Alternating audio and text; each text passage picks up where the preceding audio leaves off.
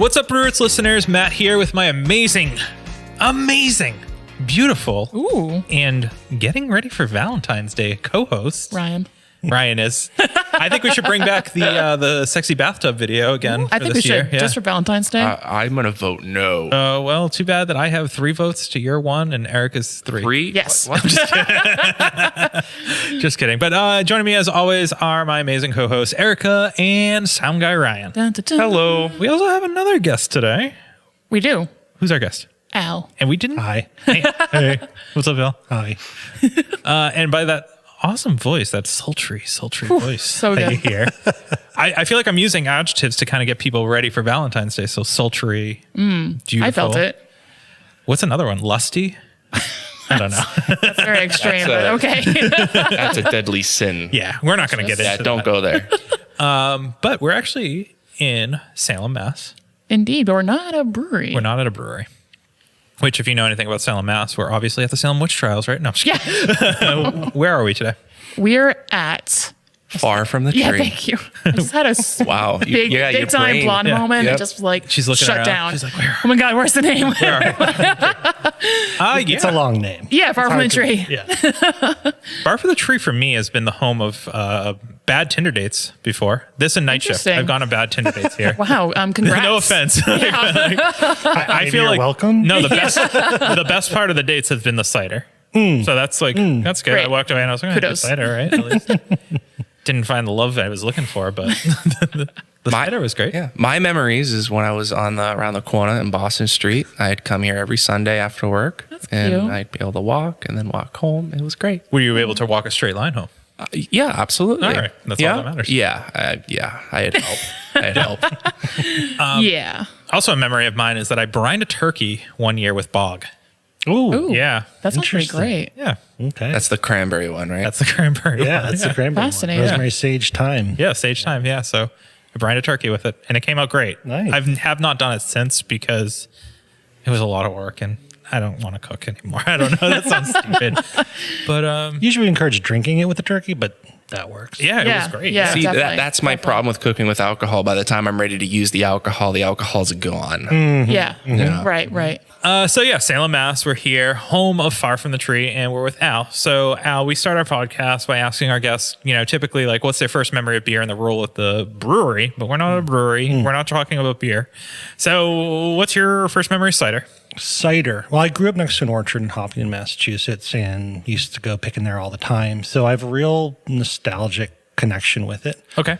A lover of apples. A lover of apples, a lover of that flavor. But the first time I had an experience with hard cider, really in a serious way, was when I was in England. I lived in England for a couple of years, was there learning to make wine, got a degree in enology, the science of winemaking, and kind of fell in love with the local cider making culture there, which is called kind of scrumping, where you go out and just grab apples That's from a great old name. orchards. Yes, called Scrumpy. And kind of fell in love with it in the background while I was studying to make wine, and it ended up becoming the thing that I was most passionate about, which was kind of fun. So, And cider out there is completely different than it is here. oh yeah, It's much totally. drier, Yep. much more tannic. drier, tannic. I mean, the way they make it, the apples they're using, there's a whole lot of things a lot more different out there. Number one is the apples are much more tannic than the stuff we use. Most of the stuff we're using is dessert apple varieties, less tannins. And they're much more rustic with the way they make it. They just let it go wild. I mean, Yeah. I think all cider makers do that a little bit, but generally the American approach to making hard cider beers have a little more control. You make it kind of do what you want, where they're like, It is what it is. taste that way, It because is. that's what it was. Yeah. But yeah, that was my first intro to it. Was in England going on about 12 years ago now. Wow. So, Cool. Yeah, Roll at the cidery. I've done everything. Right now, I am the GM and owner, and I'm kind of temporarily Like tap carpenter, room right? carpenter. I'm always a cider maker, but I've got a couple other cider makers. They kind of trade off the roles there a little bit. But yeah, kind of just keeping it going, getting things continuing to move through all of this up and down with the last couple of years. Yeah. But yeah, I've done everything here. I was when I started, it was by myself with my wife, and then kind of have done every role in between. So I like the cider making the best. It's the most fun. Sales is difficult, but I appreciate the challenge of it so much. Yeah. And then I love the tap room too. I love coming here, drinking here, working here. So Definitely can't go wrong with that. And how long or when did you start, I guess? we started going on about 8 years ago, and the tap room's been open about 6. Okay. So we were just distributing when we started, and then we opened the tap room a couple years later. Awesome. What was the like plan? I know you mentioned, winemaking, but Original starting when? It seems to always change. I mean, like Did you want to be a doctor? yeah, like you want to be an I astronaut. wanted to be a dog originally when I was little. Right. And then a fireman. No, I won't go that far back. kind of I wanted to be, I was thinking about going into wine. My wife and I kind of fell in love over wine, and I moved to Europe to learn to make wine there, but I kind of reconnected with my roots with cider. What I learned when traveling around Europe and making wine was that the happiest winemakers seemed to be the ones that were connected with kind of who they were and what was going on in their area. And so I kind of applied that to myself. I said, I'm from Massachusetts. Apples grow all over the place. There's a lot of culture there. So let me go back to where I'm from and just lean into kind of where I grew up. And so that's kind of how my wine approach kind of evolved into cider. So I kind of went, learned, and then kind of came back. So now coming from, American cider, but learning more about it in England, how do you make it here? Do you make it more American style? It's a blend. or- I mean, we're rooted in tradition, but unique to the core. So it's, I love the traditional way of the English or the French doing it, where they say, it's all about the fruit and it ferments the way it's going to ferment, and then you just have what you have. But also, I'm from here. I'm part of the kind of craft boom where everyone's super open to trying something new and super open for it to not be traditional. It's okay to throw peaches in there or jalapenos in there, which I think someone in England would say, how dare you, But I love the openness of people saying cider can be anything, and also saying we appreciate the tradition too. So I kind of mix all those at You do all both, times. then. Yeah, I do Yeah. both. If you were a branding strategist, you'd probably say it's a terrible idea. You should probably pick one kind of thing, but we just keep doing what's interesting for us and what we enjoy. And it doesn't always keep things consistent, or always doesn't make sense from a branding perspective, but I just want to be happy and do interesting stuff all the time. That's amazing. Yeah. Yeah, me too. Yeah. Is anyone in England kind of doing what we're doing in the United States? Yeah, I mean, there's a couple. When I went back about 2 years ago. There's a couple who are kind of branching off and doing like kind of the interesting stuff with the fruit ciders and the hops and all that stuff. But it's not as big of a thing over there. They're more traditionalist. They're more kind of the cider being cider. There's a couple of really big houses like Aspals and Magners, and those guys kind of are the big dominant players over there. And then the smaller guys kind of are more orchard cider houses. So they're doing all kind of fruit centric or just apple centric, but not mixing much in. So is there a proper way for someone to drink cider? I've heard you need it with ice. I've heard room temperature. I've heard cold. What's the proper way? It depends on the cider you're drinking. If Magners tells you to put it over ice, go ahead. That's where I was going. Yeah. I wouldn't put it over ice. I think you're going to water it down, but that was a selling point they're trying to push, and it did work very well. So, I would put it over ice as Magners. If it's our stuff, I would just drink it, fridge temperature. You can drink it warmer. When we do kind of the more scrumpy traditional stuff with higher tannins, I would say a little bit warmer. I wouldn't freeze it down so cold because you lose a lot of flavor and aroma. But yeah. Is there anything with cider with glasses, like a lot of beer, right? You have the proper glass. Yeah. I mean, it's funny because, we kind of serve it in almost kind of like a wine style. I kind of like it that way. I think you get the smell a little bit better. But if you go over to England and go to like an orchard, get a scrumpy, they're just going to throw it in a cup. It's not fancy. Here. It doesn't have to be fancy. It can be fancy if you want it to be. Yeah. No, there isn't a real traditional glass. I know a glass manufacturer would say there is, but Of course. cider doesn't have that kind of tradition. Beer, you've got all the different styles. Right, Wines, you have right. different styles. Cider doesn't really have Yeah. that. Yeah. Do you get a lot of aromas from cider? Or like, I mean, do you think like something like a snifter would be beneficial to a cider? I do. And when I go to the bar and I get one of our ciders in like a pint glass, it upsets me a little bit, but they're trying. They have our cider on tap, so I'm happy with that. I think the tulip shape and the thinner glass lends to it being a little bit more appreciated, and you drink a little bit slower. When you get a pint glass, you just take larger gulps. You do, yeah. Which is fine. But I think if you can slow down a little bit, it works better, yeah. I don't know if it's a misconception, because I have certainly gotten a headache drinking cider before, but is that a myth? Or is That cider gives you headaches more so than something else? Yes. Well, I think it's like a cider wine thing. A lot of people say it's more the sulfites, right? Yeah, I mean, it depends on the person. If you have sensitivity to sulfites, you might have sensitivity to sulfites. You might get a headache, absolutely.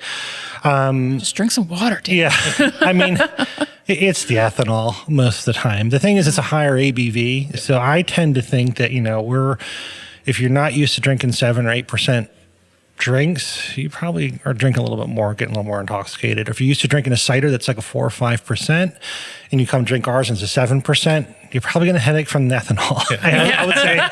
I would say slow down the drinking a little bit. I mean, the sulfites could be a thing.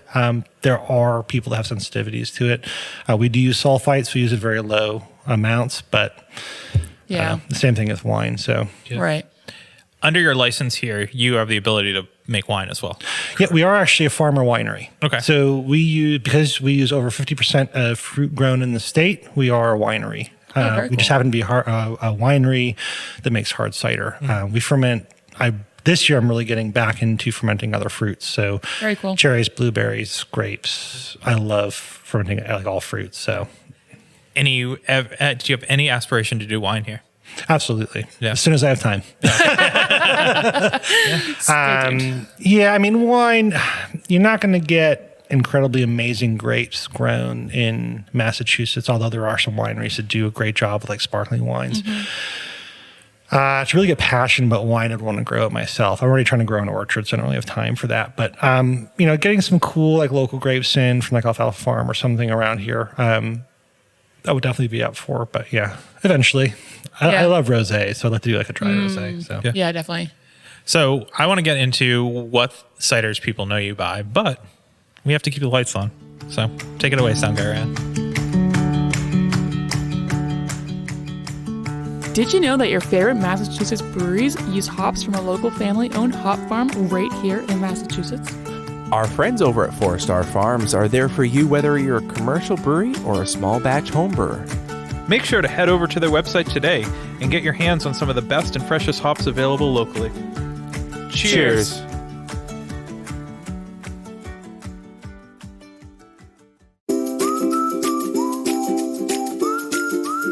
At our local homebrew shop, Beer and Wine Hobby, you can get everything you need to make beer, wine, cider, cheese, and more. Not sure where to start? They have knowledgeable staff there to help. Beer and Wine Hobby is family-owned and located in Danvers, Massachusetts. Visit their website, beer-wine.com, and use our promo code BREWS for 10% off your online order today.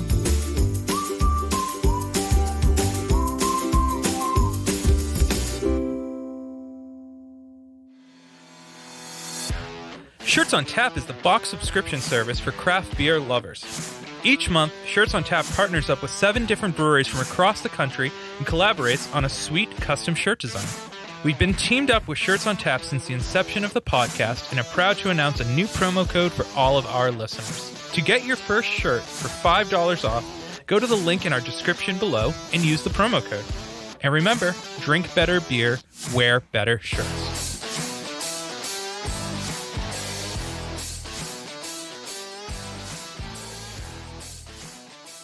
And we're back. We are back. Oh, we're back. You know what? I like that was in there. Like the, like that's actually like That was refreshing. that's like an audible like that I just enjoy. Actually, it's Makes you feel good. yeah. It's like my girlfriend's best friend has a 3-year-old, and every glass of water he drinks, it's just like it's so funny. That is anytime I great. hear it. That is great. All right, we're back. If anyone had plus 30, you should go We back and understand, listen, 'cause but that was it's really funny. good You should banter. listen. Yeah. So we were talking about what ciders are you known for here? Yeah, our biggest one that's going to become our flagship is the hop cider. I had a hop cider on the West Coast years and years ago by Reverend Nat called Hallelujah Hoppricot, and I was like, this is so good. And Now, is that Nova that we're speaking of? the one that I'm talking about that I had on the West Coast was called Hallelujah Yep. Hoppricot, but I had Yours that, is Nova. Mine is called Nova. Nova, Yeah, correct. Yeah, that yeah, one yeah. had hops in it, and I was like, hops can do really cool stuff in cider too. So started experimenting with every hop we could find, having a lot of fun with it. And Nova is a blend of 4 different hops that we use. So we just dry hops. So we're not boiling the Okay. cider. You're just adding the hops, and you're not heating it up. So you're just getting the aromas and flavors. You're not getting the extra bitterness. We've warmed it up before, and you get so much bittering plus the malic acid in the cider, it kind of becomes too much. Yeah. But you can do that. But with Nova, we're just dry hopping. And it's good too, because a lot of people that don't want to drink an IPA tend to be people that just don't like bitter. They Right. don't want any bitter at all. And Nova is great because you can get the flavor and aroma of the hops without the bitterness. So, Yeah. yeah. That's really cool. Kind of backing up a little bit. You said you had an orchard. Yeah, we got a really awesome opportunity. There was an orchard for sale up in Maine, part of a kind of land trust where they were trying to keep it as farmland, trying to maintain it as a working orchard of some kind. And we were able to get involved as kind of land stewards to take over Okay. that land up in Maine. And I'm up to about 450 Wow. trees up there, taking forever. I can imagine. It's totally, Oh, they don't grow overnight. no, it's not like, in the craft beer and cider world, you can come up with an idea, and sometimes I swear people do it within like a week. They're like, Yeah. we're going to do this. Oh, peaches are hot. Now we're going to do a peach lager. Blah, Right. blah, blah. This is you plant it, and every year you go up, and everyone keeps asking, when are you going to have cider? And you're like, 3 to 8 years. Maybe next year. Yeah, Yeah. but the trees are on year 3.5 now. Oh, I got a little soonish. bit of apples. Yeah, maybe in a couple of years. But I've planted so like 15 different varieties up there, all English and French varieties. So the Yeah. big tannin, really interesting stuff up there. So Is there a difference? I assume, or I think of it as like hops, where if they're growing in a different area, they're going to produce. Is there terroir? Yeah. Right, There right. definitely is. Particularly, we've had a cider we're comparing with someone who's growing it in California, made from the same apple called Hislop. Was called Hislop Hooray is the one we have. Yeah. He does a Hislop cider, exact same apple. Ciders are super different color, different Interesting. flavor, different aroma. But there's not enough growers doing enough of that comparison to really have like the established wine. Right. Right. But definitely huge differences. That California compared to Maine is just couldn't get much different than that. So, Very cool. yeah. That'll be fun. Yeah. So when do you sleep? Yeah. Right. Right now, actually, we're getting into it. As soon as my 2-year-old daughter stops crying and before my 4-year-old boy starts waking up, and then I get back to work. Perfect. Solid 5 minutes. Yeah, no, I get some sleep in. So, yeah. That's cool. Oh, I got something. No, you got something? I got Okay. something. Go for Big. it. Go for it. You mentioned kind of like the spontaneity in I'm going to say craft alcohol and anything, right? So like you mentioned peaches being the hot thing. Yeah. Is that frustrating to you? Is it like people are just trying to capitalize on like a flash in the pan? Yes. I mean, Give it to us. Tell us how much. Yeah. how much time do you have? I mean, it's hard because I love being crazy and doing weird and interesting new stuff. But now it's like you can't stop. Yeah. You have to keep, even if you like love something, you got to change it a little bit and call it a new name. And it's like, oh man, it's almost like the creative energy is almost like it's almost too hard to keep up. And it's getting kind of all washed away because there's so much new stuff all the time. Yeah. And sometimes you just want to take a breather and really dedicate you like to nailing the next one. But it's like to stay relevant, you got to keep doing new stuff. I feel like you can't even enjoy it. Like, you have it for like that one time and then you Yeah. gotta move on and do something different. So Yeah. you can't even like sit and enjoy that one style or something. I mean, we've had Nova, we've had out for almost 6 years. Yeah. And it's still doing okay. But I know like our distributor would be like, do Supernova, what are you doing? Like, Right. and me and the cider makers like, we just like this. We want to keep making it, but people. Do wet hop dried Nova. I'm just kidding. Yeah. So there's a little bit of aggravation there, but we try not to let it like guide us too much. But the pressure's always there to be new. And how constantly. quickly does it take you to make a new cider? Everyone's different. Sometimes I'll just try something randomly one night and nail it, and sometimes we'll talk about it for years. So it depends. Yeah, on the right, cider. right. Yeah. Makes sense. And correct me if I'm wrong. The thing I notice is that you typically don't put prepared foods into your cider. So I haven't seen like, without naming apple names, crisp pie or something. I haven't seen birthday cake. Oh, I know. Right, Yeah. right. Like, Yeah. when you have like bog, for example, it's cranberries. It's Right. whole fruits. That, Yeah. Yeah. Or Earl Grey is a tea. Yeah. Is that a commitment just that you guys have done, or what? You mean by Or is it not even done in the cider world? Maybe I don't know if I've ever seen a cider putting with like a birthday whole cake. pie in there? I don't know. Let's say someone I don't put know an how to apple do- cider donut in their pie, in their. Well, now I have to do it. I mean, no, we just do the basic ingredients. Yeah. But I think people would love it if we did do cider donuts right in there. Right.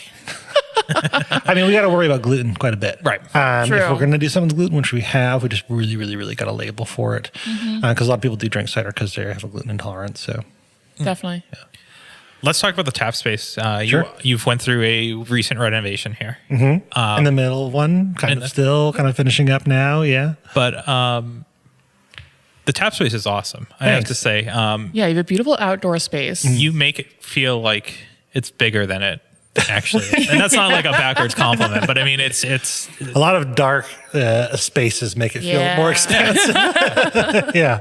Definitely. when you were searching for a space, was this place like, this is it? Or was this like, we're going to make something Your out of third what we have? choice. I'm Yeah. like, Well, oh, okay. when we were searching, we weren't even thinking about tap room. I was just looking for a place to make cider. Cool. And, we were a small startup company. We don't have investors or anything. I just started doing it. So I was just looking for the smallest, cheapest, quickest place I could go. Yeah. And we were looking around for a little while, and this place was available and been empty for years. And I was like, I can get one little corner of it. It Right. doesn't cost much. I'm just going to do it. And then we quickly filled up the whole building. And this place became available. So I was like, let's just build the tap room there. So it's very organic. People want like some big plan. I haven't had it. I feel like you guys are like kind of like the counterculture of cider, right? Like you can go out to all these cider places and it's like this landscape and this experience, but like you come here Like and you know what you're grungy getting. cider. Yep. Yep. It's very, I hate the word blue collar, but it's like very like, DIY punk, I painted this whole thing myself. Yeah, Yeah. so- Yeah. Yeah, that's a lot of painting. It was Great a lot job. of painting, yeah.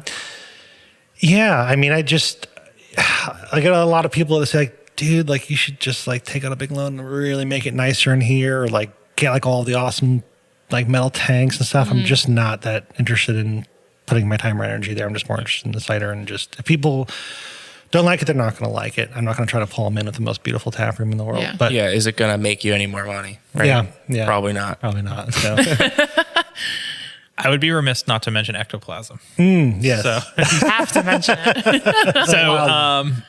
for our listeners who don't know what that is, Yeah. let's talk about it. Sure. Yeah. It's our green one that everyone always talks about, and It's people green. go crazy. It's called Ectoplasm. Some people kind of think about Ecto Cooler, if you're from our generation. So, and it's bright green. So you're kind of expecting like this real fruity citrus flavor. But it is green bell pepper, jalapeno, and kiwi. So it's a weird one. Yeah. Really, honestly, what we're trying to do is see the brightest green color cider we could get. So that's where we started, not really with the flavor. I'll be completely honest. And we noticed that when we did that combo, we got this crazy green color. We're like, it tastes pretty cool too. And let's see what we can do. Because it was just for Halloween. It was just for fun, kind of thing. We are pretty chill and pretty crazy as it is, but Halloween, we just don't care. Like we put squid ink and cider. We do just the weirdest, craziest things. And That's then awesome. if something works, it works. And Ectoplasm, people just go going crazy for. So yeah, we came out of it because we're trying to make the greenest looking cider we could, and it happened to taste like pretty weird. That's awesome. Is that one of the most, every time that can drops, you guys are always out of it. Oh, it's or- very hyped. Yeah, yeah. Is it because of the color, you think? Or Time of People year, actually color, enjoy the it. label art's cool. The label is completely different than the rest of our stuff. Yeah, There's definitely. an artist that he actually did our original logo, but he does a lot of art for like Lovecraftian stories and board games and stuff. His name is Paul Carrick. He does incredible stuff. And I'm actually getting him more involved with a bunch of stuff we're coming out this year. So we're actually going to go more towards the Ectoplasm like label style and maybe kind of further away from our traditional kind of brand. We're kind of rebranding a little bit, leaning heavier into the weirdness. So, yeah. Can't go wrong with that. So outside of that craziness, most of your cider is pretty, I don't say chill, but like makes sense. Maybe. Yeah. Like you didn't just throw some green stuff together. Why are there bell peppers in this cider?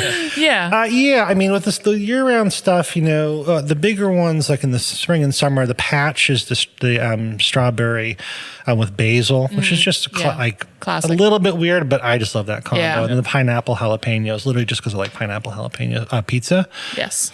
So I threw that together before an event once. I just brought it, and I just threw pineapples and jalapenos in a keg and put cider on top of it, and people loved it. I was like, let's keep making that. So, but yeah. That's great that's how you come up with it sometimes. That's just so funny. I do see you have the cider rack, which is a scissor rack inspired. Are you doing a lot with, cocktail inspired ciders, or I can't recall. Yeah. I mean, it's cocktails and mixed drinks are definitely a huge point of inspiration for a lot of stuff we do. I mean, we'll just make anything we're interested in at the time. I mean, my wife and I recently have become obsessed with the painkiller mixed drink, which is just pineapple, coconut, orange juice, and nutmeg sprinkled on top. And just that flavor combo is awesome. So we're going to try to make some of that. So we don't do it necessarily on purpose, but when I have a cocktail or like a flavor combination that I'm like, holy cow, that's something new, then we'll make a cider out of it. Yeah. Nice. Do people come up to you and say, you should make this? What's your most requested one that you just haven't made? The cider donut thing. Okay. Pumpkin cider. We were onto this. I mean, it would kill it if we put a witch on a can and called it pumpkin cider. We've not done a pumpkin cider. I did a pumpkin cider that was like 80% actual cooked pumpkin. It tasted terrible. Okay.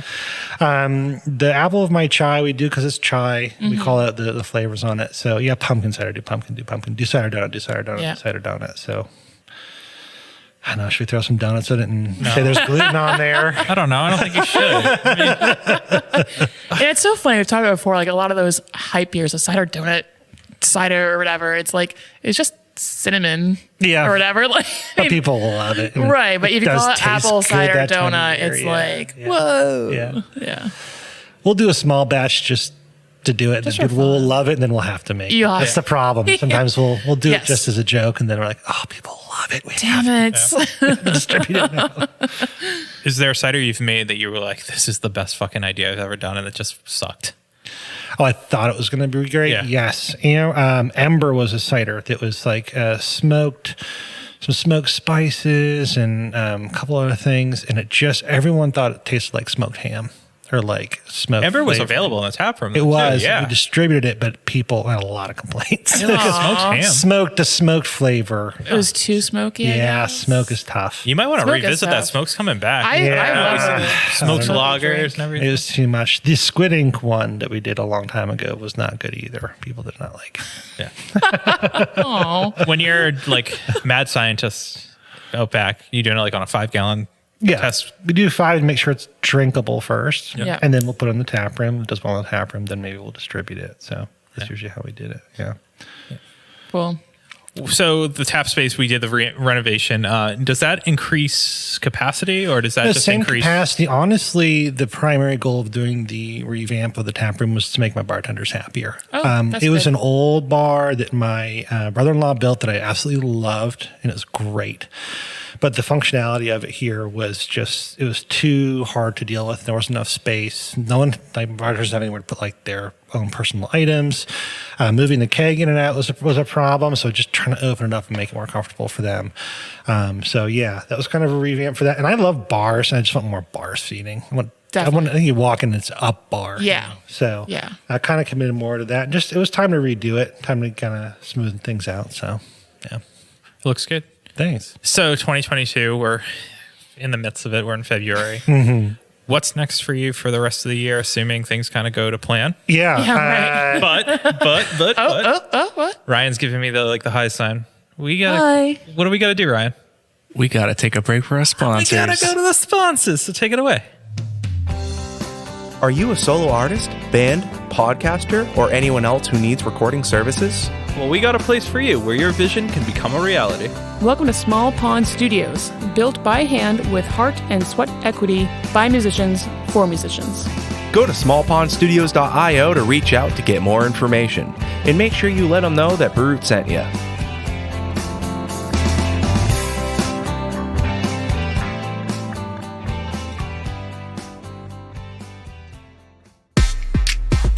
Hey, Sound Guy Ryan here. Didn't know if you heard, but we're a part of the Hopped Up Network. There you'll find other informative podcasts about beer. So go ahead, follow them on social media, and visit them on their website, hoppedupnetwork.com, to learn more about the people, beer, and breweries from around the country. And until next time, thanks for listening. Cheers.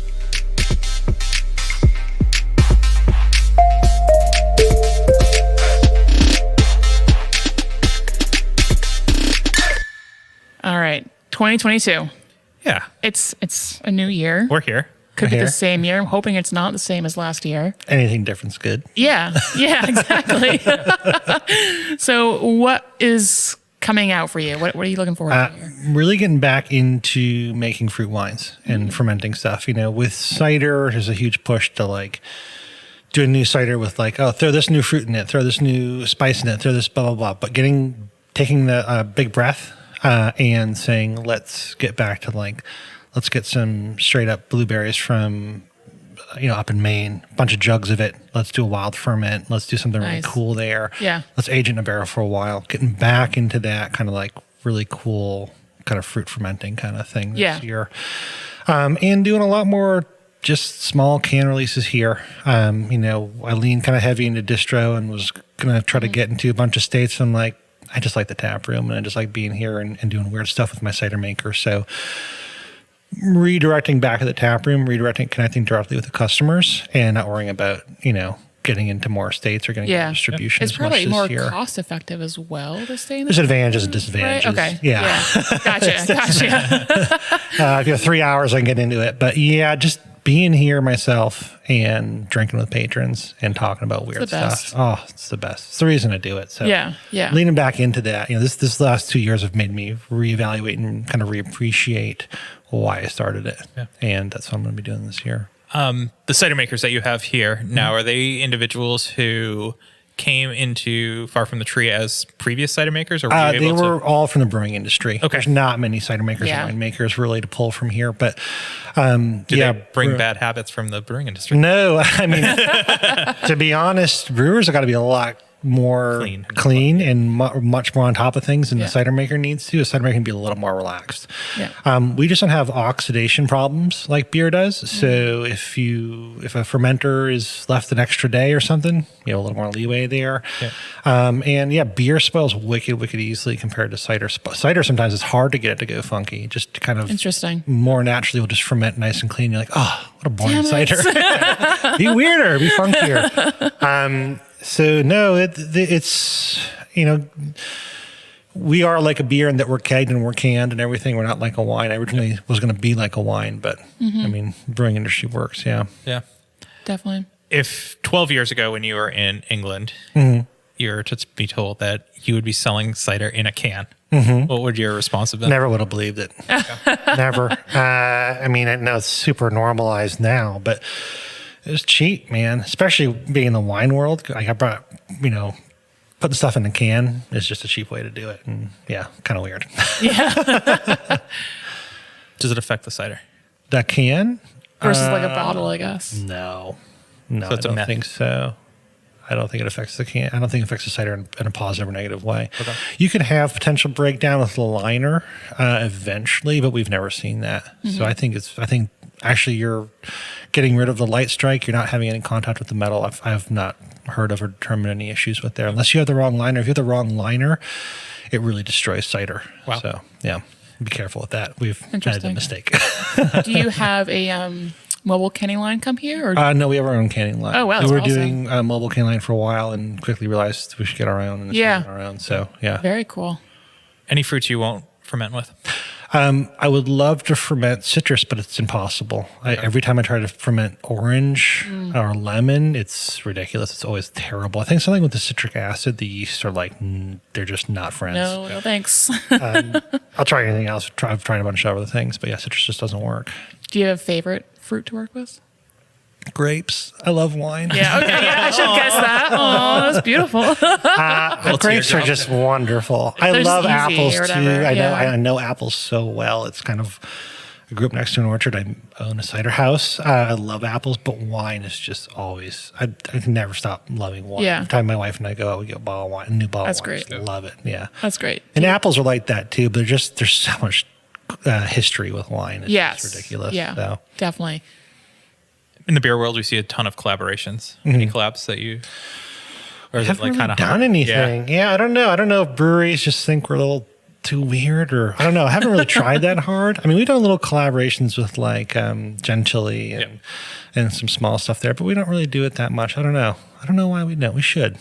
I mean, maybe you should. I don't know. It's cool that you don't. Yeah. Either way. I mean, I don't think it's a bad thing. It's that you hard don't. because we can't sell anything that's got malt in it, Right. Because we're not a brewery. So, and then It has to be sold there, kind of. yeah, I mean, we can't both sell it. So, but I don't know. Right. It's an interesting. I wish Maine you can have a couple beers on your tap line if you're a cider house. They won't allow that in Massachusetts, unfortunately. Yeah, isn't that so weird? How Connecticut has a cool cider law, wine too. is so separate. It's really, from really beer. separate. Yeah. So speaking of weird laws, what laws in Massachusetts would you like to be changed? Great question. Yeah. Let's see. I think definitely being able to have guest taps would be great. I'd love to Yeah. have Notch on once in a while, or have our stuff at their place once in a while would be cool. Let's see. In Maine, you can have several tap rooms under one farmer winery license. I can't have a tap room anywhere else but here. So Yeah. a couple of little weird things like that, but nothing terrible. Yeah. They've worked with us a little bit. We've had issues. That's good. So, yeah. That's good. Connecticut has a good law. As long as it was made in the state, they can serve it. Oh, Yeah. anyone They can can serve just- anyone else's. Yeah, Yeah. they can serve That's spirits. pretty cool. man. Yeah, Yeah. I thought so too. And you're helping support other. As long as it's Exactly. Come on. as long as it's fermented, right? That's the Yeah. That's Yeah, it has to be like Fermented. fermented in state. Or I would love yeah. to have other local breweries. Oh yeah, Well, it or just even like a draws more local people in. distillery, Or, something yeah. like that. And vice versa for a brewery to have a cider on, it's the gluten-free option, right? Yeah. So it's nice to have that Yeah, for sure. one day. And then like the cidery having something that's been distilled to do some funky Yes. cocktails. Right, Yeah. or something. Yeah, we've distilled a bunch of our cider at Deacon Giles. Oh, great. Brandy for us a couple Yes. times, and then we've used that brandy to kind of add back into our stuff. So we're allowed to add liquor back into our Right. cider to a certain degree, but they can't sell our stuff over there. So I don't know. So Just loosen it. Like why? Just right. Why are these laws? It's because it's a lot of work to change it, and I don't know. We're protective of the way things used to be sometimes. So Yeah, that's true. It's true. Is there like a national cider guild, or I mean, is there a Massachusetts cider guild? yeah, not really in Massachusetts. We've gotten together once, and everyone was arguing pretty bad, which is not what you want to hear because it is a super collaborative Yeah. Yeah. industry, and I drink with other cider makers and call other cider makers and have a hard time all the time. That's good. But when we got us all in one room, something went wrong. Oh my god! Which is too bad because we were really trying. Yeah. There's a national one, the USACM. There's like a cider conference every year that they hold that everyone kind of gets together. But I don't know, I'd like to retry getting together all the Massachusetts cider makers because it's a pretty good Yeah. group. There's just one or two bad apples in there that really like to take the attention away, unfortunately. But Right. How many cideries are in Massachusetts? boy, probably 20 to Really? 30. Oh, wow. That's more than maybe I more. was guessing, honestly. Probably more at this point. Yeah. That's way more than I thought there would be. There's a 10 maybe. so Western Mass has a ton of little cider producers, from Okay. cider Okay. makers that have been making cider Makes for sense. a long time from old orchards out there. Cider Days is. I was going to say Cider Have you Days. heard of Cider Days? Yeah, Or I been have. there? Oh, I haven't actually been. I've heard amazing things. it's pretty cool. Yeah. A lot of people that have been doing it for generations. A lot of like kind of old school people that have been doing it just in their garage, but really interesting stuff. They've been growing really cool stuff out there. So Yeah, that's just basically like a cider fest, right? it is. Yeah, they'll have a tent and they'll have like 40 to 50 cider houses pop up there. So That's really cool. it's really good. Yeah, but it's also still kind of a small Yeah, group. Yeah. right. You compare us Compared to to brewers, beer. we're still our own little niche. So Definitely. Is it difficult being a cidery in such a craft beer no, I dominated think world? it's cool because I think brewers tend to be more open to talk to me and chill out with me. They're not worried Definitely. trying to steal their like IPA recipe or something. Right. And I get to be, the So you don't want to make a New England style We've tried. Cider, yeah. We've done the hazy thing where we Yeah. had to be hazy with the hops and everything. And it was pretty good, but Yeah. I was like, I don't know. People didn't react to it all that well. So Right. Well, that's cool. I Yeah. mean, that they're all pretty welcoming for you. Yeah. So where do you see Far From the Tree in 5 years? hopefully exactly the way it is right now. I love it. I really, really wanted to grow it a couple of years ago and was really like hungry to like, let's distribute all in all of the states and let's really Yeah. become a big company, but do it wholesomely. And it's hard. I don't think you It's not can. easy, No, I I don't right? think Yeah. you can. A lot of places claim they can. I've tiptoed into growing and I don't like it. I'm not a business person. I'm a cider maker. Right. So, if I can make it work and stay the same size, I'd like to stay this size. I just want to come here and drink and hang out and probably stay. We're in Maine and Massachusetts, probably just stay that way for now. Yep. So yeah. Cool. If there's one misconception about cider that you Hmm. could change people's mind in the closing of this episode, what would it be? Yeah. It's not gluten-free beer. And also it can be as remarkable and incredible as wine can. It is really like the blue collar or the cheaper version of wine, white wine. Sometimes it can be really incredible if you have a cider maker that's really putting the time and effort and getting the right fruit. There's ciders there that are just, I think, are on par with some of the best white wines I've had, but it's just always kind of, apples are cheap, fruit. So yeah, don't compare us to beer or wine. We are our own thing. Yeah, right. It's cool too because unlike wine, I feel like you can do so much more. You have the freedom to do really whatever you want. Yeah, you don't get kicked out of town. You put jalapenos in your Chardonnay. Although, cool idea. Yeah. I don't know. Most importantly, we want people to come to the tap room. Do we call it tap room? Cider Yeah, house? tap room is fine. Cider house. You like cider house Cider better? house. Cider house. All right. I'm We'll more go used with to that. that, but I tap like room's that. fine. No, we're going to call it cider house. Yeah. So we want our listeners and anyone who's listening for the first time and finding out about Far From the Tree to come here. So where are you physically located? We're at 108 Jackson Street in Salem. Okay. If you do come, summer's a great time. October's great if you like craziness. Yep. If you don't want to deal with crazy lines and being packed, don't come in October. Come during the summer would be my encouragement. Winter's okay too. It's chill. Yeah. Yeah. And just Literally, because it's I was on a silly. bad Tinder date in here doesn't mean that you'll be on a bad Tinder date. So. You could be on the best. Best Tinder date ever. But Al, thanks for doing this today. Thanks for coming by. I appreciate it when people have questions and care. So Yeah. thanks so much. Anytime. We certainly do, Anytime. yeah. And make your way out to Far From the Tree. Follow them on social media. And if you see their product in the market, grab it. It's awesome. Cheers. Cheers. Cheers.